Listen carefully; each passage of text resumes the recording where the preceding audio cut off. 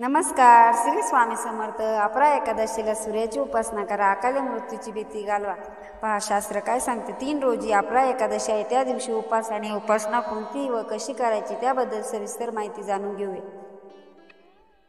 अपरा एकादशीला सूर्यपूजेला महत्त्व आहे. ती केली असता अकाली मृत्यूचे भय टळते असे शास्त्र सांगते. यंदा 3 जून रोजी अपरा एकादशी आहे. त्यानिमित्त सूर्यपूजेशी संबंधित माहिती जाणून घेऊ आणि उपासना करू. हिंदू धर्मात 5 मुख्य देवतांमध्ये पहिले स्थान सूर्यदेवाला आहे. कारण सूर्यदेव एकमेव असे आहेत ज्यांना धर्तीवरून प्रत्यक्ष पाहता येते. जीवनसृष्टीसाठी सूर्यदेवाला अतिशय महत्त्व आहे. देवतांमध्ये सूर्यदेवाला सृष्टीचा आत्मा म्हटले आहे. सूर्यप्रकाशामुळे सृष्टीचे चक्र सुरळीत फिरत आहे. सूर्यदेवांप्रती कृतज्ञता व्यक्त करण्यासाठी शास्त्राने रोज सकाळी सूर्याला अर्घ्य द्यावे असे सांगितले आहे. सूर्याला अर्घ्य दिल्याने आपल्या आयुष्यात सकारात्मकता वाढते, तसेच हातून प्रत्यक्ष अप्रत्यक्ष घडलेल्या पापांपासून मुक्ती मिळते. सूर्याला ग्रहाचा राजा म्हटले आहे. जर तुमच्या कुंडलीत रवी प्रबळ असेल तर तुमचे भाग्य तुम्हाला राजपथापर्यंत नेते. अशा व्यक्ती ज्या क्षेत्रात जातात त्यांच्या शिखरावर पोहोचतात. अशा लोकांना सरकारी नोकरी मिळण्यातही अडचणी येत नाही. तुमच्या कुंडलीत ग्रह दशा बदलून रविस्थान प्रबळ झाले तर अन्य पापग्रहांचा त्रास तुम्हाला होऊ शकत नाही.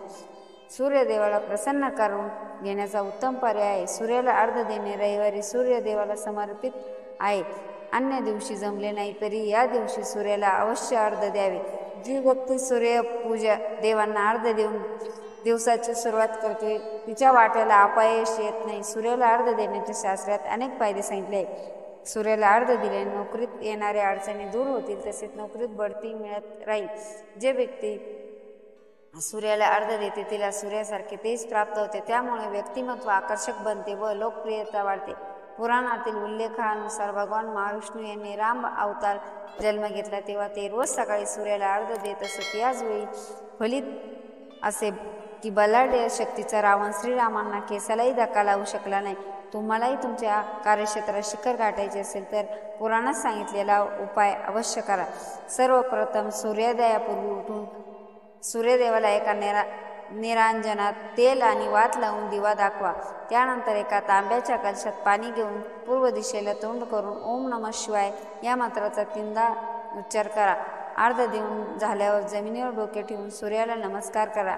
यावेळी एक खास उपाय करा जेणेकरून तुमचा अकाली मृत्यू टळेल, आजारातून सुटका होईल, दीर्घायुष्य प्राप्त होईल.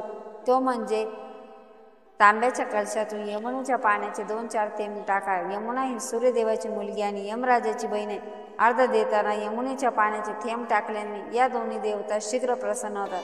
तुम्ही जेव्हा केव्हा यमुनेचे दर्शन घ्याल तेव्हा आठवणीने एका बाटलीतून यमुनेचे पाणी घरी घेऊन या. जेव्हा सूर्यदेवाला अर्घ्य द्याल तेव्हा या पाण्याचे थेंब अवश्य टाका.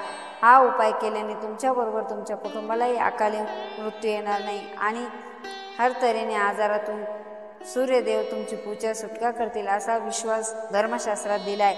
तुम्ही जर या स्वामीच्या विचाराला सहमत असाल तर व्हिडिओला लाईक, शेअर, सबस्क्राईब करायला विसरू नका. Thanks for watching. Shri Swami Samarth.